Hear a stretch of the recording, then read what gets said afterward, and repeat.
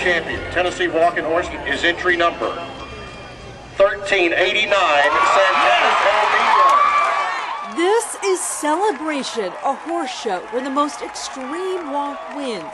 The contender is a special breed known as the Tennessee walking horse. The higher and farther the horse lifts his front legs, the better his chances of winning. And you won't find a better example of that walk than at Celebration, where the top contenders perform every year in Shelbyville, Tennessee. Celebration is the walking horse world's version of the Super Bowl. The Tennessee walking horse is prized for its unique natural walk.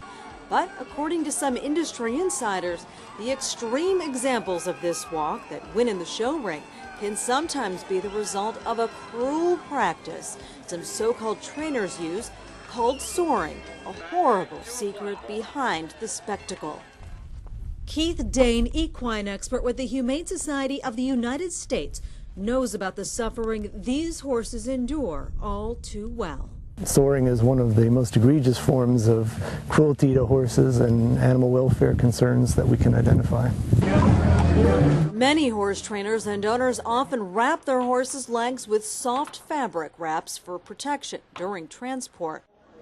But soaring is done when a trainer puts irritating chemicals, such as oil of mustard, kerosene, or diesel fuel, on the horse's front ankles, wrapping them with plastic to drive the substances in. The process causes soreness and a lot of pain. The horse is then ridden wearing metal chains around each ankle, and every step the horse takes is agonizing. So they lift their front legs even higher in the show ring, getting more applause from the crowd. Often the chemicals in chains are so harmful to the skin on the horse's legs that they cause open lesions and scars that stay with the horse throughout his life. The USDA, the federal agency charged with enforcing the Horse Protection Act, has determined that soaring is a violation. Dane says it's all for a shot at winning. This is all achieved for the sake of a ribbon or better breeding fees within the gaited horse industry. Some horse owners and trainers have come under fire for these practices. So the Tennessee walking horse industry responded to criticism by hiring inspectors. They go to the show ring and check the horses to make sure there isn't soaring. And if there is, the trainer and his horse will be dismissed from the ring. But finding soaring isn't always easy. The industry has become fairly masterful at finding ways to hide the fact that a horse has been soared. That often means the trainer will cause pain somewhere else on the horse, so she shows no reaction to the pain caused by the inspector handling her sore legs. Another popular method of masking pain is the use of topical anesthetics.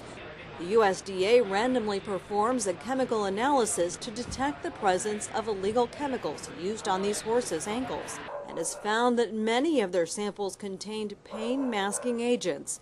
The Horse Protection Act was supposed to put an end to this cruelty, now knowing it didn't. The law's sponsor, Senator Joseph Tidings, couldn't be more disappointed. Well, it's very sad when you fight so hard to get legislation to protect horses from cruelty, and then gradually the funding has been cut off. It's a very sad situation. And the situation for horses isn't getting better. USDA records indicate that in 2007, 127 celebration entries were cited for violations of the Horse Protection Act. At the 2008 celebration, 187 citations were issued.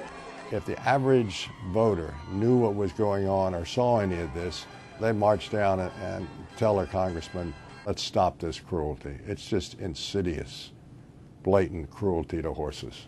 Tidings tried helping the horses once before. Now it's something we all need to do.